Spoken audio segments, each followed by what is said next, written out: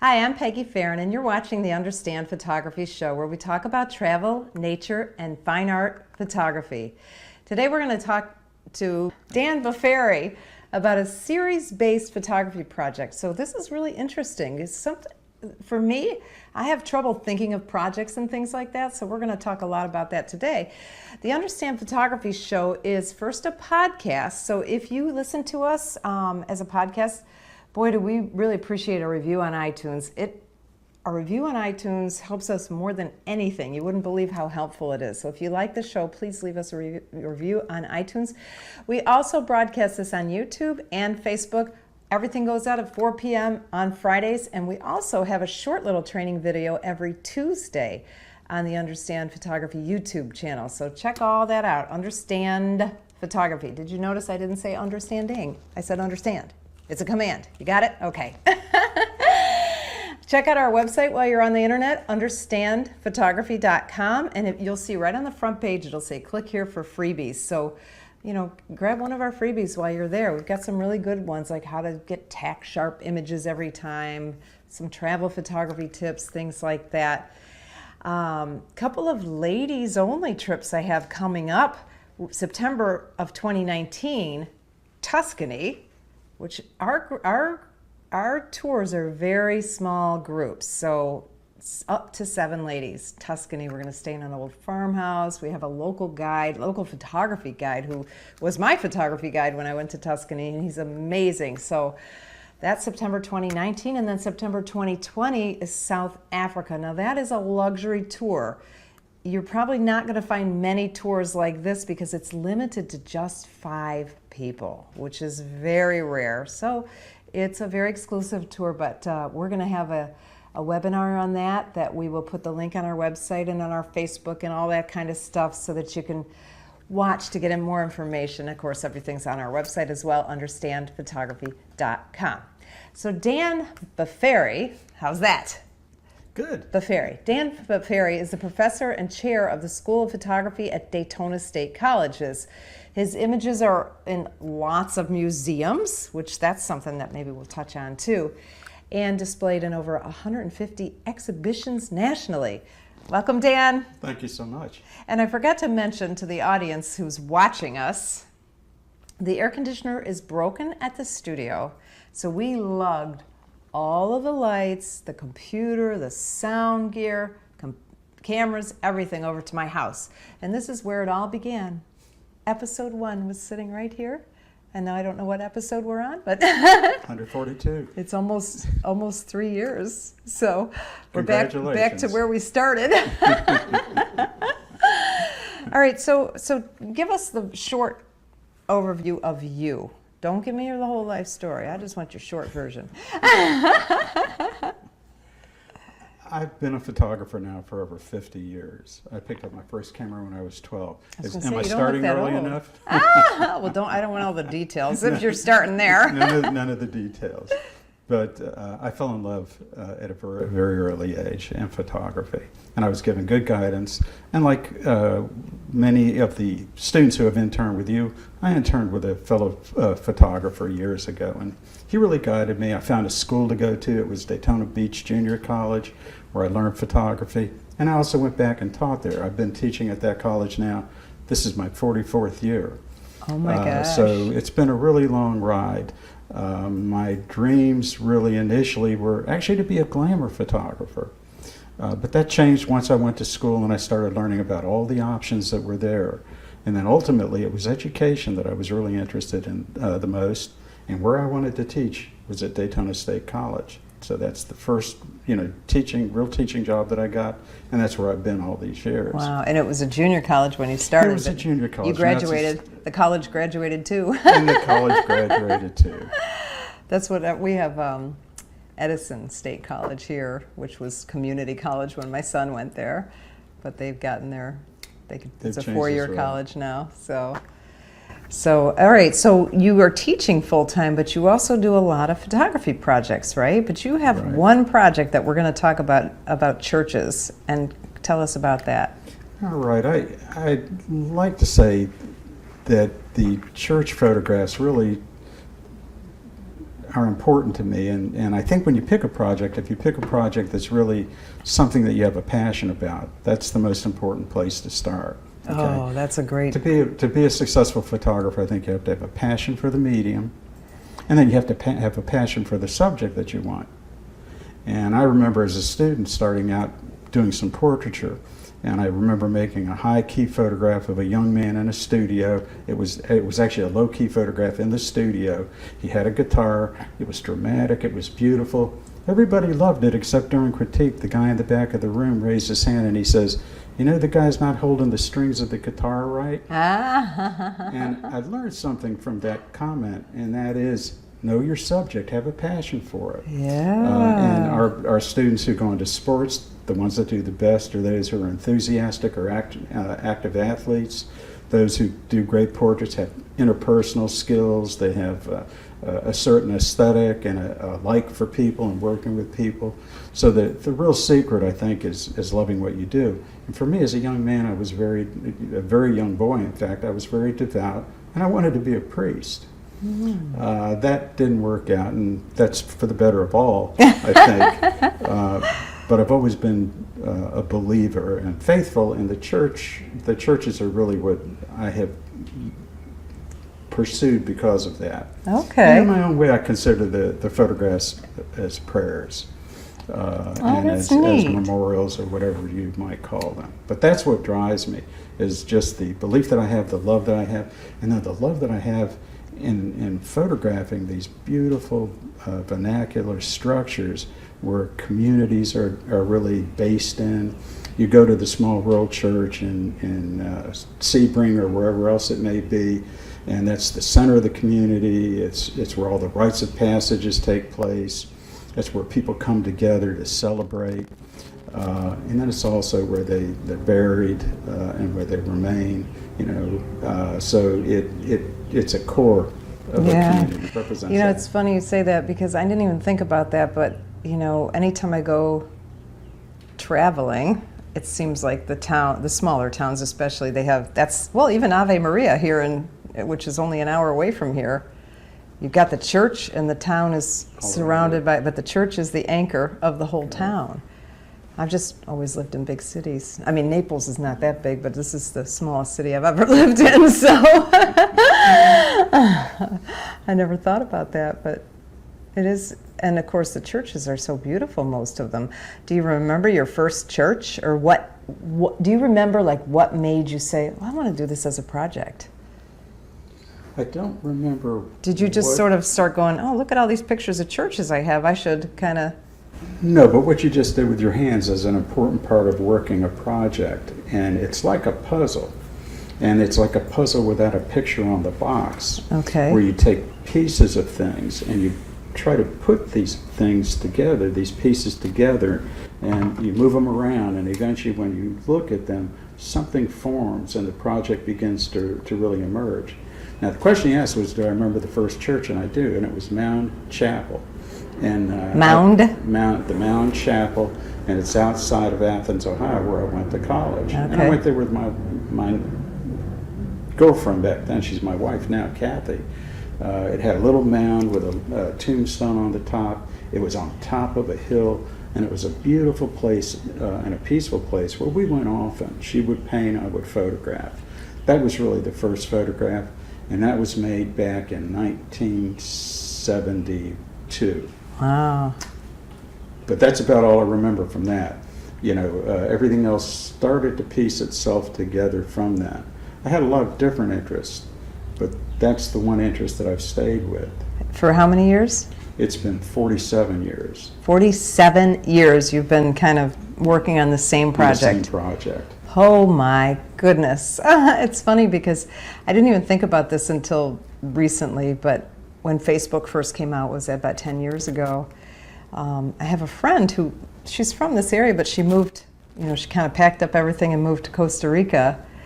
And, she was down there by herself. I mean, now she's not, she was lonely, so she was doing a lot of stuff by herself. And she took a little ride every Sunday and would go photograph the little, they're all tiny little churches, but she had church on Sundays. That was her series. And she did it for probably a year. I think she had a long time, but they were all cell phone pictures. You know, she wasn't really into photography as much as just something to do on Sunday, I think. But it was really interesting. I really liked looking at it, even though all their churches kind of look alike. So one thing that's nicer here is, so where have you taken pictures, like all over the place, or? All over the place. And do you take like a whole road trip, saying, okay, let's do a road trip and hit some churches in Florida or churches in Georgia? Or? Well, during the pre-digital ages, or the cell phone ages, or the GPS ages, we would get a map and we would look for all the small towns that would lead to wherever our destination is. So if we were going up to Ohio to visit the family, we'd take the back roads. We wouldn't go on interstate, and we'd look for all the little dots, and we'd get off the road, and then we'd drive on that road.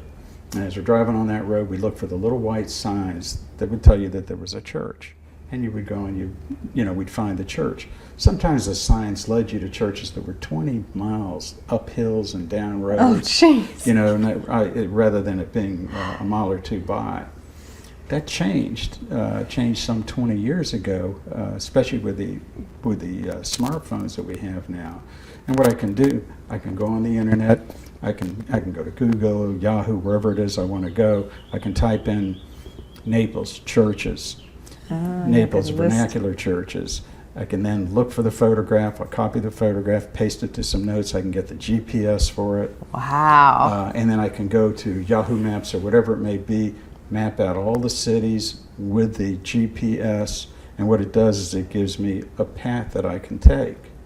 Okay. Now, part of the process of being out there and photographing, well, actually it's the process itself. It's the joy of being out there looking at the countryside. It's the joy of discovering something. So even though I've mapped out where I'm going to go, if I see one of those little white signs along the way, I'll make that turn. You may take a turn. And the most important thing I think for any photographer is to have a plan of some sort. And to follow that plan, but any time there's a fork in the road or somewhere else to look or to turn. Take the fork in the road, and then you can always get back on your path.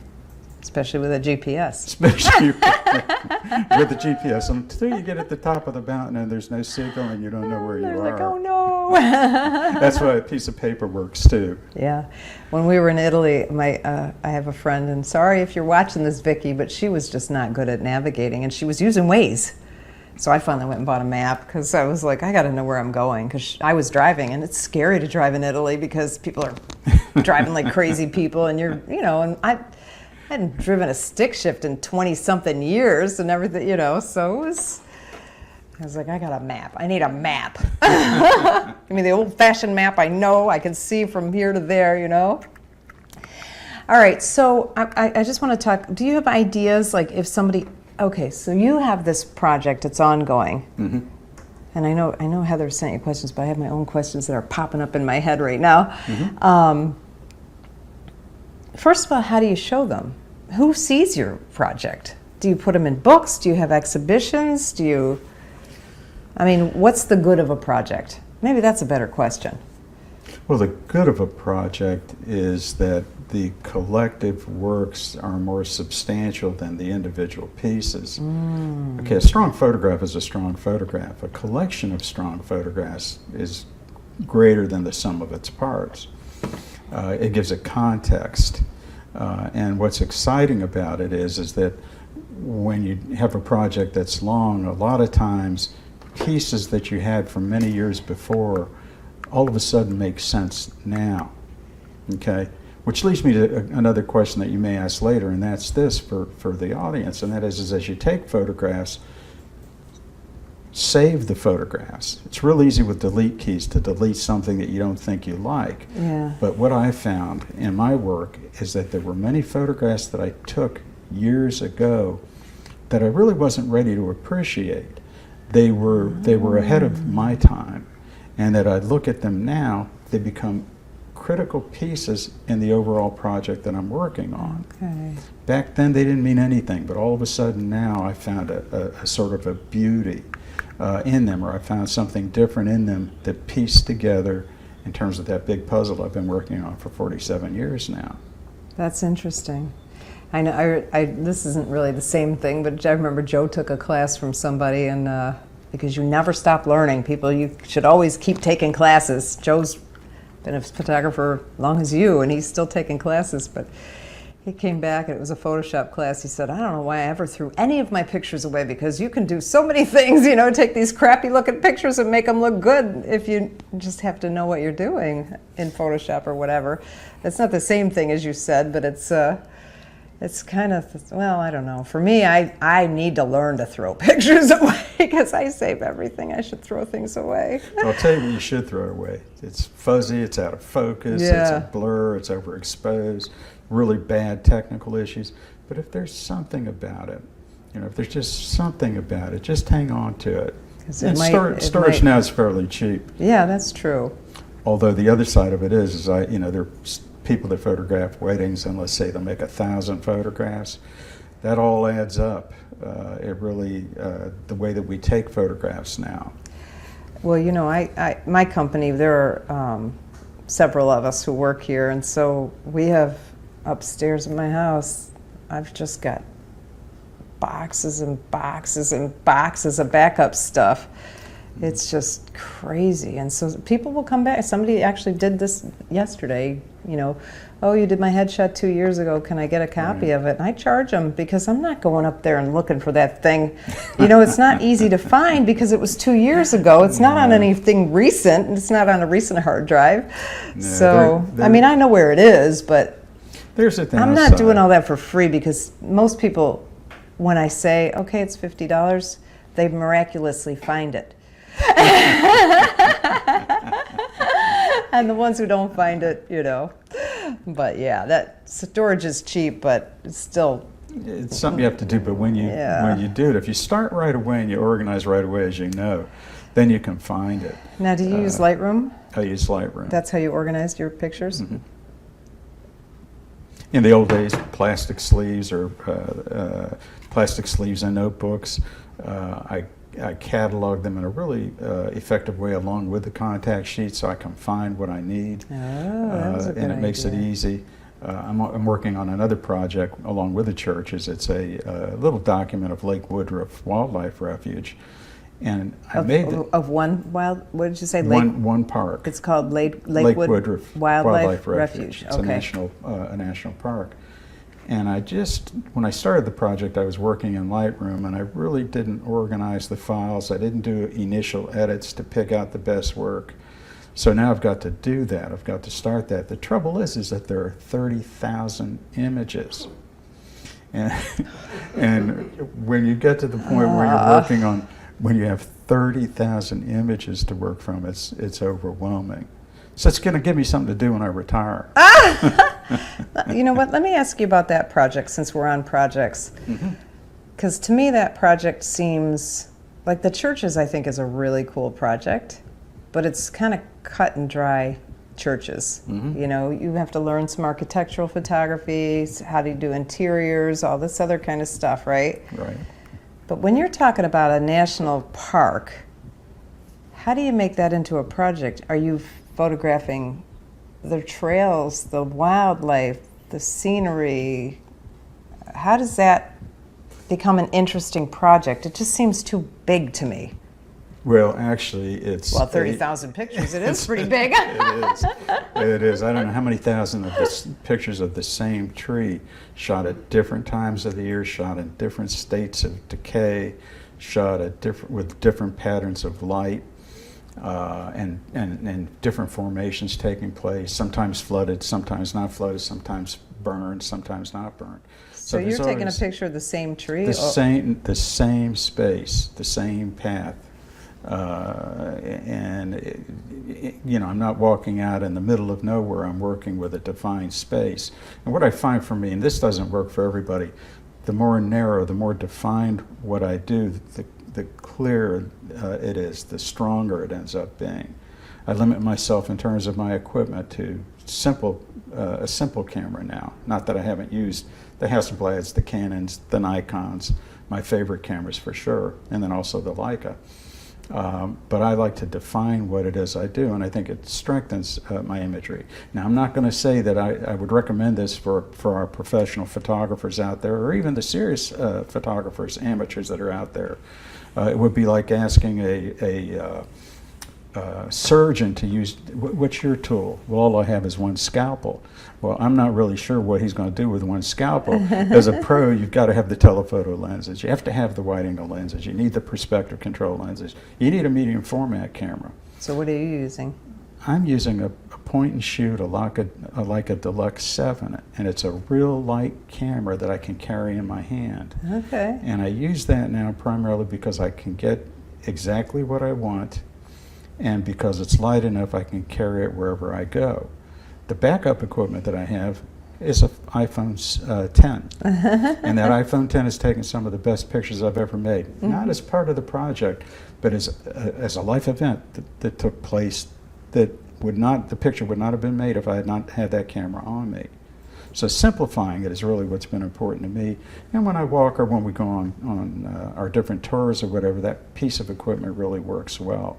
Now, when you were younger, did you carry all that big heavy gear around with you? Oh, 4x5 cameras, Hasselblad. So when you were taking your road trip up to Ohio with your poor wife, there was a 4x5. There was a Nikon. And she had to wait for you to set all that stuff up. And she did all that. She's a photographer and she's still, too. Oh, okay. I was going to say she's still married to you, huh? She's still married. But she does as a painter. I'd have to wait for her to put a canvas up. Oh, okay. And believe me, my 160th of a second compared to her putting up a canvas and painting. Yeah, you're right. You're both patient. Yeah.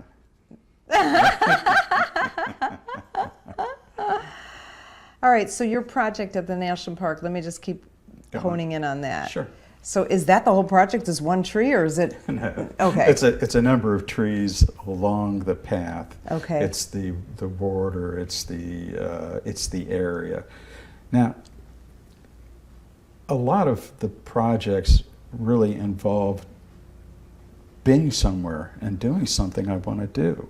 And this is what I would urge, your listeners, is to pick out something that truly connects to some aspect of your life that you would enjoy doing, whether you're taking pictures or not.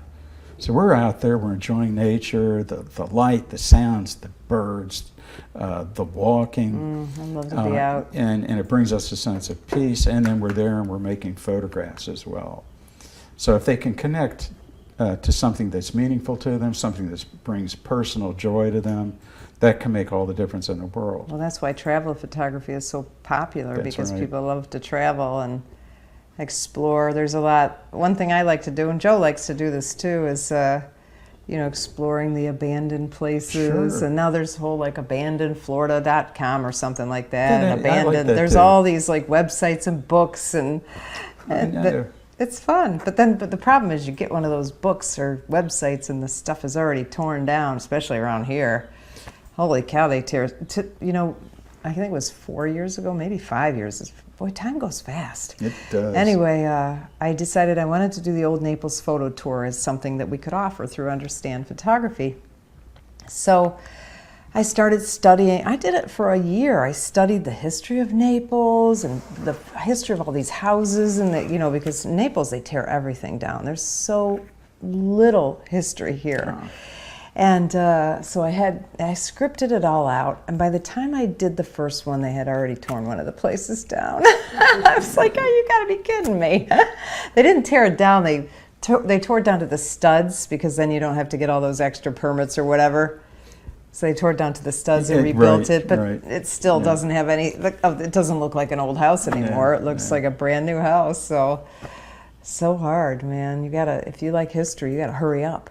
Well, after 47 years of photographing these older churches, a number of them suffered the burnings that took place a number of years ago, where there was the vandalism. Oh yeah. Others. The church I grew up with, boy, I'll tell you what. I grew up in Detroit, which is not really a pleasant place to grow up. And the church that I grew up in, boy, that's been through some hard times. But in fact, they just closed it last year, I think. I don't know. Precious Blood in Detroit. somebody can tell me. whether it's But it was such a beautiful old church, and so sad. Even these little simple boxes in of themselves are beautiful. And what you bring up as important is that these photographs that we make, particularly the ones that are 30, 40 years, they become part of a history. Yeah. They have a value that they didn't have at the time that we took them. In fact, most photographs, if they're 40 years old, have value in one way or another. Yeah, that's a good point. And the other that's thing a great point. The other thing that you bring up is was the church is being torn down to the studs and so on. And I brought up the vandalism. Now when I go photograph, it's not as easy as it used to be, because when people see someone there with a camera or whatever else, automatically you get all sorts of company. And I'm glad that they come there and they're checking on what we do. And I always have my phone with my photographs on it. I tell them who I am, what my purpose is, and then usually they open the doors to the church. Okay. They're very proud and very eager to talk to somebody that has an interest in what it is that they do. Okay. Which is why knowing your subject, or at least something about your subject, is critical, because you can talk, you can ask questions, and you can learn more about what it is that you're investigating. Now, when you're putting your project together, let's go back to the churches. Mm-hmm. Now, all your churches are in black and white, correct? No, there's some color now. Oh, okay. But saying that most of them are black and white is accurate. Was there a accurate. reason for that? I mean, maybe Yes. when you started, that was all there was. Yes, yes, that's the reason. The reason was back then that color photography was much more difficult to do, although I learned color photography by doing my processing in the men's bathroom of my dorm. There was a tricolor process that was out there that I could do, but none of the colors, none of the dyes were stable, so it really wasn't something to work with. Plus, the history of photography that I studied that influenced me the most really was the practitioners, the photographers, the artists worked in black and white. And there's an inherent beauty when you break something down just into its form, its tones. So I do love black and white mostly, but I shoot color now. And You shoot in raw, in color, and then convert to black and white? And I convert in black and white. And one of the wonderful things about digital photography was during the days when I started, when you went out there with my Nikon Photomic FTN, one of the old 35mm cameras, weighed a ton. You had to pull the bottom out to put the film in. It was a hassle. But one of the problems you ran into is you had one roll of film in your camera, and if all of a sudden you see a color photograph, you'd have to either shoot the rest of the film up, take it out, or not take it at all. When I go out today with my digital camera, I got black and white, I got color, I got 1600 ISO, I got 20 ISO, I can do whatever it is I want. And then when I bring it into a program like Photoshop, or I bring it into Lightroom, and I use some of the plugins that are out there that allow me to manipulate it even further, it's amazing what it is that I can do. And to me, one of the most important aspects of the work that I do that I enjoy the most, important and I enjoy it the most, is the processing of it. Okay. That is getting behind the computer and really tweaking the photograph to get it exactly the way that I like. Now, you use Lightroom, Photoshop. Mm-hmm. What plugins do you like? I've used a lot of the Nik plugins that are out there. Do you have a favorite? Like it's Silver. I always Silver Effects. But Silver Effects. Do you have one like within there that you like? Or? I like that they have a high structure plugin. Okay. That I like a lot. And what I'll do with that high structure, basically it's pulling a clarity slider that you would find in Photoshop or whatever. But basically what I like about that is it brings out the texture of the woods. But what I also do with that is if I have a color photograph, I can make a black and white version of that image, and I can create it as a layer on top of the color photograph in Photoshop, move it into luminosity mode.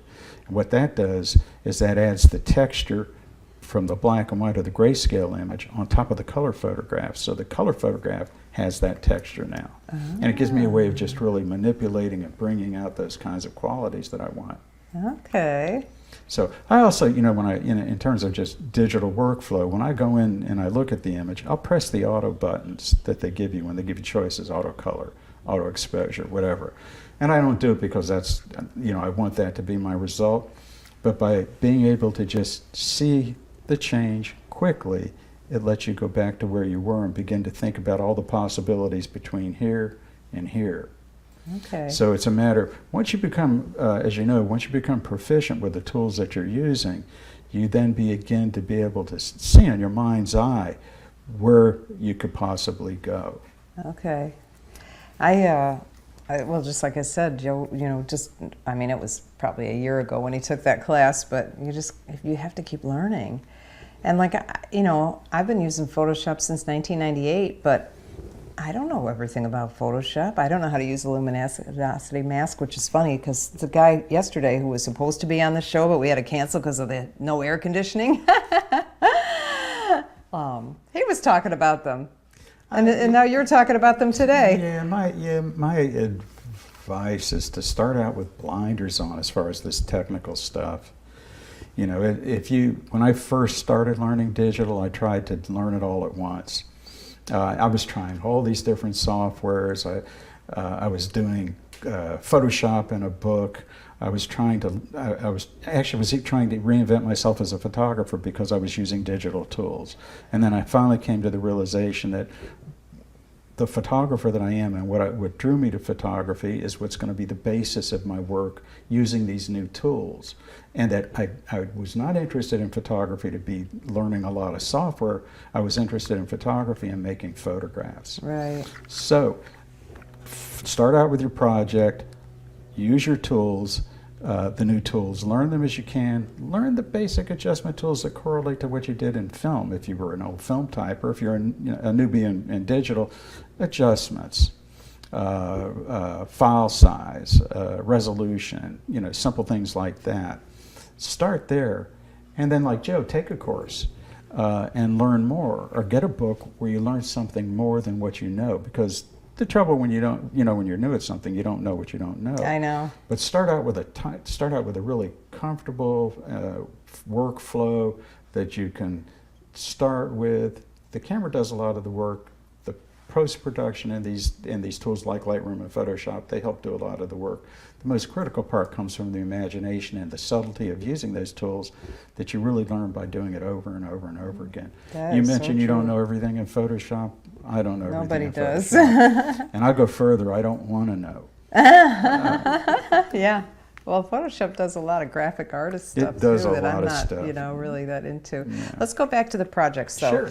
Because I'm kind of more interested. I would like the audience to, let's say I want to start a project and I don't know, what do I like to do? Would that be kind of my first thing? Like, what do I like to do?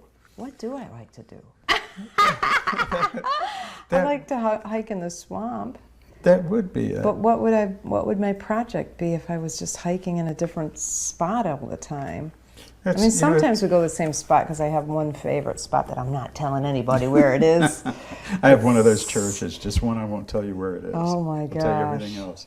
In fact, the guy who took me out there, he's like, I'm going to have to kill you if you tell anybody about this spot. But it's deep. Most people wouldn't want it. We go about a mile of waist-high water, and but that's where the ghost orchids are. Well, so those are things you have to think about, My project is at a state park with a path. You're not going to get me to climb like Chris Rainier, who photographed all the major mountains, who would take a day just to change a vantage point to make his photograph. I wouldn't be a good National Geographic photographer that's out there photographing polar bears. I'm never going to risk my life for a photograph. No. I'm just not going to risk my life for a photograph. Well, there were days when I was young where I felt invulnerable that I wasn't so worried about risk. But no, nothing's worth losing your life. No, not for a picture. As a photographer. So where I would start is just like you say, start with something that you really love. And a simple thing to do is to just create a list of the possible photographs that you can make, and then determine, am I capable of doing this? Is the subject available to me? Is it accessible to me? I had a student. That's the thing. I love to hike in the swamp, but from like October through April, I don't even get a day off. It's so busy here. So I only hike in the summers, and That's what you have to think. yeah. So it wouldn't be realistic if I, said No. this year I want to do it because I wouldn't have time. We had my students have independent projects that they work on. I had one young man come in one day and he wanted to do a beautiful series of abstract nudes, or photographs of nudes, female nudes. And I says, well, that sounds great. Now tell me, what kind of models do you have? He says, well, I don't know any. And I said, you don't have any idea where to get your models from? And he says, well, no. And he says, I'm afraid to ask. I says, well, why don't you start out with beautiful photographs of women in clothes and then go from there. I says, you have to have access. Somebody Well, wanted plus to do something like that, you need studio lights, you need a studio of some sort, right? What are you going to do? Although there is a guy, that I forgot his name, he goes by Lucky or something like that. Lucky Cole, I think his name, and he lives out in the Everglades. I think he lives off a Loop Road, which is, well, you're from Miami, you know this area. Sure. And he just takes pictures of naked women in the Everglades, but they're not very artistic. They're just kind of. No, but you started bringing up some really good points when we were talking about that list, because I was thinking of just one thing, the subject. You were thinking of other things. You were thinking about, well, you need lights, you need studios, you need cameras. So when you start somewhere, that gets you somewhere, and you have to look at this list, and you have to base it upon accessibility of subject, accessibility of gear, time accessibility. That's my problem. I don't have time. Yeah. I would love to just. I get so jealous sometimes of my guests, some of them, because I get up every morning and go take pictures, and then I process the pictures, and I'm like, well, how do you make a living? Oh, well, my husband or it's like, ugh, I would love to get up and just do pictures and not have to worry about paying the doggone bills. But guess what? They want to be paid those bills. They do. But I would say this. I would say to your audience, those who are serious amateurs, those who might be semi-professionals and the like, that there's a freedom that they have, and that with their photography they can do anything they want. They don't have any accountability for their work. They don't have to worry about shows. They don't have to worry about grants. They don't have to worry about books, unless that's what they want to do. They don't have to worry about clients. They have the pure joy, the love of pursuing a hobby that they have, an interest that they have, a freedom to express themselves in any way that they want, and to find joy from it. You know what? I'm so glad you said that. The keynote speaker at the Florida Camera Club Council conference, did I say that right, Joe? Yep, Joe's the president. You got all the C's in there. Anyway, her name is Liesl Angelle, and her keynote was all about why, people say, oh, you're taking pictures, how you making money? Are you selling any? Or she's like, why do people do that? If you buy a boat, do people say, well, you're going to do fishing charters? How are you going to make money off that boat? Why can't you just do it for the joy? My mother, my sweet mother, loved everything. She loved to make ceramics. She baked cakes. She painted. And the greatest joy that she got from doing any of that was the joy of our children loving what she gave to them. And when she passed away, the most precious objects that she left behind were those little handmade objects that we have. So that love, the love of doing it, I think is so critical. I'm really glad you said that, because I think a lot of photographers forget that. They feel like they need to justify their reason for taking pictures. Just do it for fun. Now, for professionals, not professional photographers, but professionals in other fields, we have students who will go through our program and they'll find that photography is not where they want to be. Mm-hmm. And they may end up in real estate, they may end up becoming lawyers, doctors. Many of them have. They've gone in different directions. Many of them have gone in photography as well. But there's also a joy of working in a profession and having photography as your means of personal expression that has a life of its own, separate from whatever else it is you do. There's a freedom.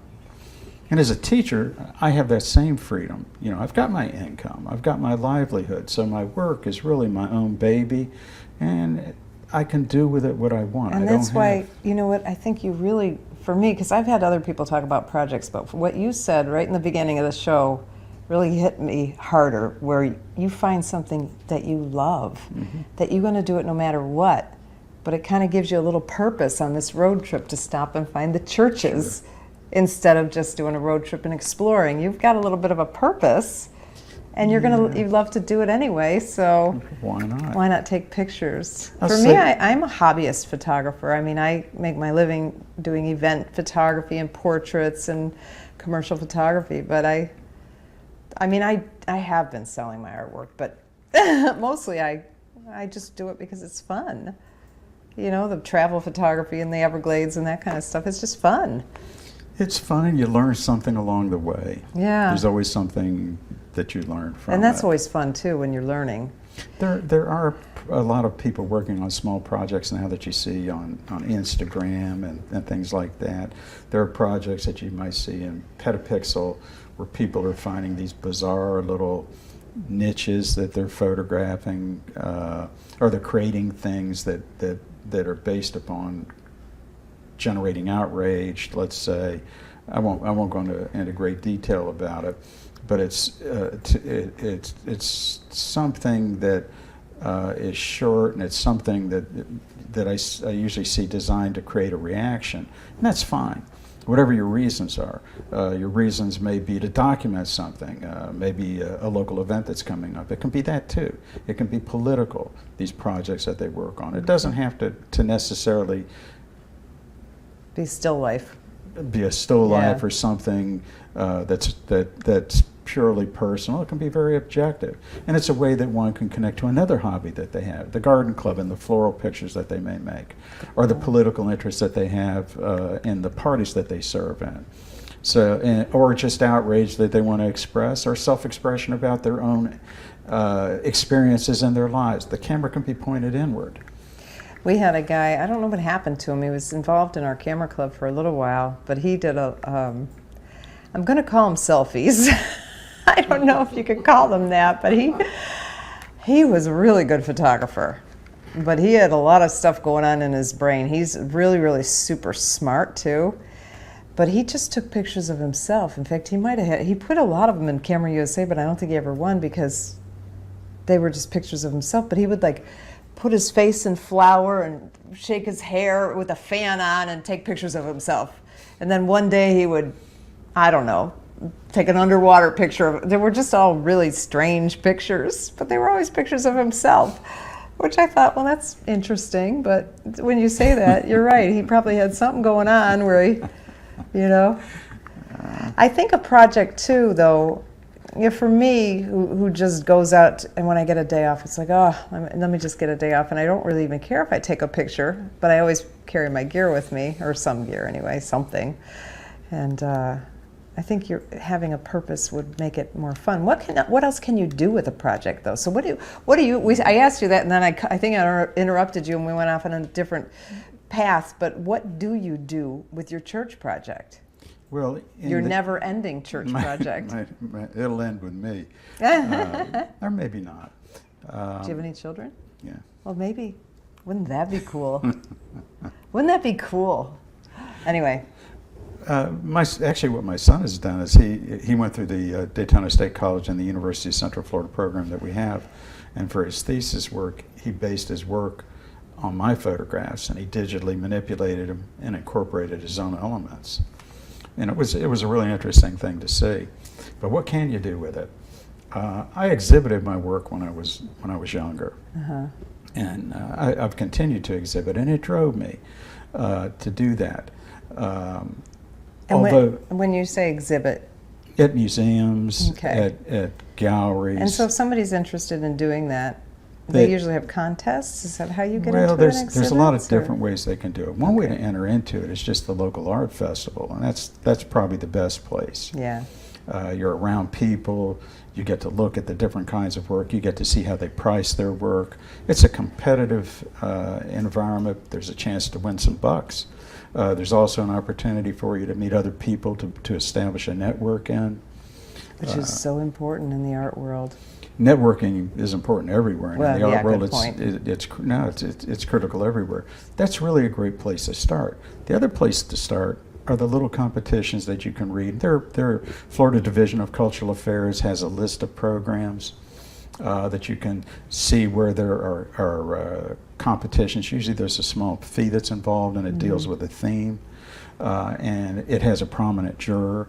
So you can get your work out and you can start adding lines to your resume. Other ways are making direct contacts, starting out with your local art museum. First become a member of it and show an interest in the program, and then begin to approach them with your own work. Okay. You know, there's always more to be gained when you are vested in something that that you're asking something from. So I would go there with that as the next step. The simplest way to get the work out there, though, now is with the internet. Yeah. And having a website, having a blog, doing podcasts, things like that to get your, to get your name. Instagram seems to be the place now. Instagram is the way of doing it. I'm involved in some of that stuff, but to be quite honest, I don't really find... It's a lot of work. Yeah, it is a lot of work, and I admire and I use it as a resource for my own learning. But some of it I don't get. I am doing a little bit of the Instagram, and our students are involved in everything. Yeah. We've got a class that we just developed. It's called Mobile Devices and Applications for Social Media, where students are actually taking a class with their cell phone. They're doing video, audio, they're doing their photography, they're uploading on the internet, they're going into social media with it. How So cool. the device, whoever wants to do this could do it right with their cell phone if they want. My son, I told you he's a solo act now, he's a musician, but when he was in the band, the bass player is such a genius. And he this is when the iPhones first came out, and he was editing videos on them right away. I mean, he's so smart, this guy. But he's going to be a lawyer. He's graduating in May. We have a lot of lawyers who have taken the photography program while they're lawyers, and some become lawyers afterwards. A lot of professionals really do have an interest in photography. There's a lot that they can do with the work and get the work out. One thing I do, I post on Facebook, and I post my pictures in it. And I also post things that are important to me. So I don't do any political. I learned my lesson on that one. No, putting politics on the internet, it's not smart. It didn't take too much to learn that. But things that are important to me. But the reason why I do it, I love connecting with some of my friends. At the end of the year, I send it to this book publisher that takes everything that I wrote in my photographs and gives me a little book. And This is through Facebook? No, what? It's called My Social Book. There are many. So where are they getting the pictures? They're pulling everything out of my Facebook postings, and they're putting it in a book form. I've seen that before, but what's it called? My Social Book. But there are others that are out there. That's not the one I had seen, but I said, oh, that's such a great. It was like $9. You can get. It depends on what you want and how the paper And I quality thought, and well, that's stuff. so cheap. I should do that, but I never did. You should, because you know what's neat about it? I used to have a diary, and I wish I wrote in my diary, my journal. I have some from many years ago. Someone asked me, asked my wife, do you know what time Robbie was born on? I'm doing his astrology chart. Now, he was born 30 years ago. I can't remember when I was born. Well, you wouldn't remember when you were born, but you should remember when your son was born. Not the exact time? I know when my son was born. Well, I do 1:28 know. a.m. A little more personal there. His was 5:59 a.m. So I If had you in were my pushing that journal. baby out, you would have remembered. Well, I suppose that's not such a good example. But the journal had it in sorry, there. I'm teasing No, you. You're right. And now the book is my diary because Yeah, it's got my that's thoughts, it's got my awesome. pictures in there. I love that. It's a neat idea. And you can also do that if you want to your Instagram posts. I'm sure they'll do it as well. So there's lots of little things you Well, can do. the other thing that is the nice thing about that is, I mean, when I first saw that, it was quite a few years ago, and I thought, oh, I can just do that myself. I know how to make. I mean, back then I was still doing a lot of weddings. I could put a wedding album together, Yeah. but I never did. If somebody would just do it for me for, how much does it cost? For a book for a year, maybe $30 with a higher quality. $30. And what you That's give it nothing. your password, your information, and it downloads it all, and then you can pick whatever you want. I was going to say there'd be some things I wouldn't want in the book No, though that I'd post. You know, can pull out what you don't want. like, oh, here's my bruised elbow or something. Who cares? You know. I mean, sometimes at the moment you think it's important for the world to know you bruised your elbow, but then Well, do you really I've want seen that in a many book? bruises, and they've all been important to me. Other people's bruises, but other things are more important. So it is a good way. So I would encourage your audience to try out a lot of these different opportunities. The beauty about the internet is that when I get my work out there, more people see it now than they ever saw it at a museum. Yeah. Books, I've been published in catalogs, and I have a goal of a book after I retire. I'm organizing right now. But books, I've seen many famous photographers over the course of the years who carry them in the back of their truck, or put them under their bed, or I'll go over here to Books A Million and I'll buy it for $3. And the investment that it takes to publish the book is something that I'm really not prepared at this point to get involved in. There are Kickstarter campaigns and things like that, crowd funding that one can get involved in that can help with all that.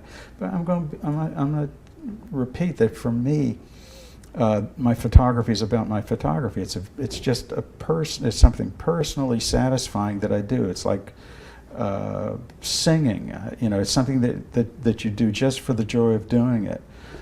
Many people want more than that. And I want a little bit more than that. I want my work to live. So my main goal right at this point is not to have more exhibits, not even to publish the book, but I want to get the work into collections. And I'm organizing and have a plan to get to give the work away at this point, especially when you consider the state of funding in the arts today, where many museums are closing, they're consolidating. I just like to give the work away to public collections and have it somewhere where it's going to be, someplace to stay. Okay. But now you have to print it all off. You'd have to find some funding for that, right? Printing and framing is expensive. Yes, but I also have thousands of photographs Yeah. that I've collected over the years that I've made prints. So You have thousands of prints? thousands of prints. How do you store all that stuff? We don't have basements in Florida, you know. No, I do. I do.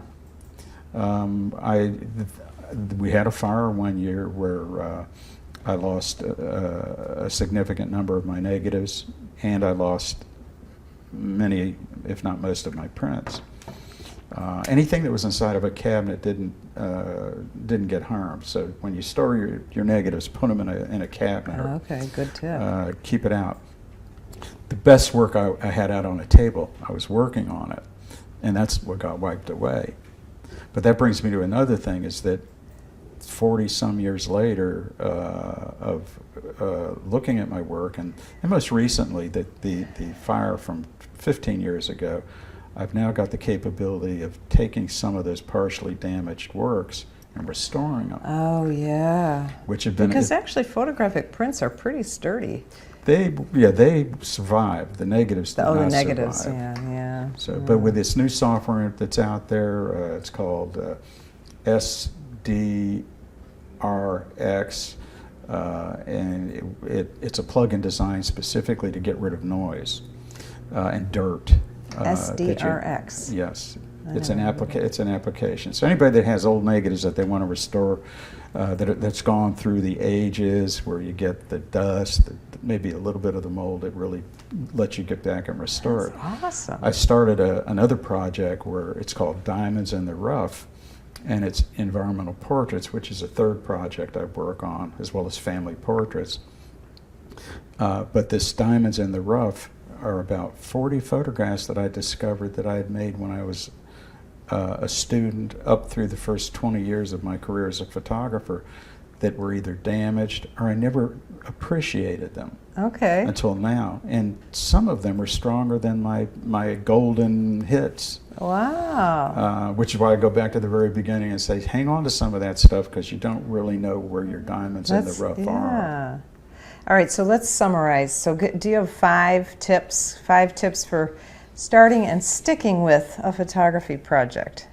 Well, I looked up tips on starting photographic projects before I came here, and if anyone Googles it, there's thousands of tips that are out there. So I'm going to say Google 5 tips for photographers, and you go find them. And then I'll give you my 5 tips. I want to hear yours. It won't be most of that.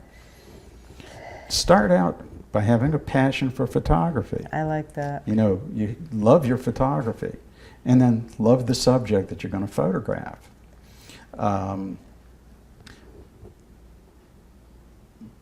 Don't wait to be inspired to start your project. Set aside time, just like you would do your work. Saturdays, I'm going to photograph, and put it on your calendar, put it on your phone. There was a photographer who visited us years ago. She was married to Jerry Uelsman, Diane Ferris, and a student once asked her, what do you do to get motivated to make photographs? She says, well, I find that usually when I start somewhere, I get somewhere. Oh, And that's- I like that. When I start somewhere, I get somewhere. So you got to Because pick getting up the started camera. is the tough part sometimes. You can't wait until the sun is right. You can't wait until you're in a great mood. You start somewhere and you pick out that project. Next thing is, as I mentioned earlier, make a little list, 30, 40 photographs that you might want to take, and use that as a starting point to find out whether or not this is really something that I can practically, that I can do, that is practical for me, and that I'm going to be committed to doing. And don't worry, you don't have to do a 47-year-long project. They can last a week. It could be a project on the birth of your child. It's something very, very personal. Some people will do projects on their feet, their toes. You had the guy who put his head in flour. I hope he added some sauce. So that would. He probably did at some point. He did. He had quite a long series going for a long time, He probably did do it. The other thing, I think, is the technical aspect of it, and that you need to know your tools. And that would be the camera that you have, understand it inside out. You don't have to, I drive a car, I don't know how to repair it. I do know where a mechanic is. I need to know my camera enough that I can use the major tools in there, but I'll take it to a pro if there are major problems with it. I would invest in as best the equipment as I can. Get a couple good lenses and good DSLR to start with, and just really understand what it is. There's good tutorials, there's workshops like yours, you can work with pros, join camera clubs and organizations like that where you're around people that have these passions that they can share their tips, their tools with you. That's all part of this next process. And then investigate the subject that you're photographing and understand it. Know where it is. I used to take my son photographing with me, and we'd go and we would always go to the train station because that's what he loved the most. Okay. And we would drive and we would photograph. And one day he asked me, he says, he was so proud of me, he says, Dad, he says, every time we go out and photograph, a train always comes by. And he was just amazed. He says, Danny, 1, I take us to where the tracks are, and 2, I know the schedule of the train. So to him, he thought it was magic, but it wasn't. Know when where the tracks are, and know when the train comes. And that'll be with whether it's trees or, if you want to photograph churches, if you can get a sense of the placement of it, or at least the location of it. It gives you a good idea. Most face the east, so it gives you the altars and stuff, so you can get a sense of what it is that you're doing. I would say that that's an important part of it. The other important part of it is shoot a lot. It doesn't cost that much to make a digital picture, so shoot and make many, many pictures. Enjoy the process. Enjoy the process. For me, the process is what it's all about. Not the finished picture so much, but the act of doing it. That's the joy, the act of doing it, the act of making the photograph, the act of processing the photograph, There's nothing more satisfying than looking at that print come up. Now, during the days of the darkroom, there was something really rewarding about being in the dark room under the amber light, watching this white piece of paper reveal the image. Yeah. I get to do the same thing now, one pixel at a time, one dot at a time, when that print just slowly reveals itself. When you make the print, you know, look at it again and look at it again and take it to the next step. Most people just pop the print out. To me, I feel like I'm a conductor when I'm making a print. I'll pull this tone down, I'll pull this tone up, I'll print this a little bit darker, I might adjust it in a certain way. I might apply a different channel to get a little bit a different effect in terms of what I do. So really learn to love the process itself.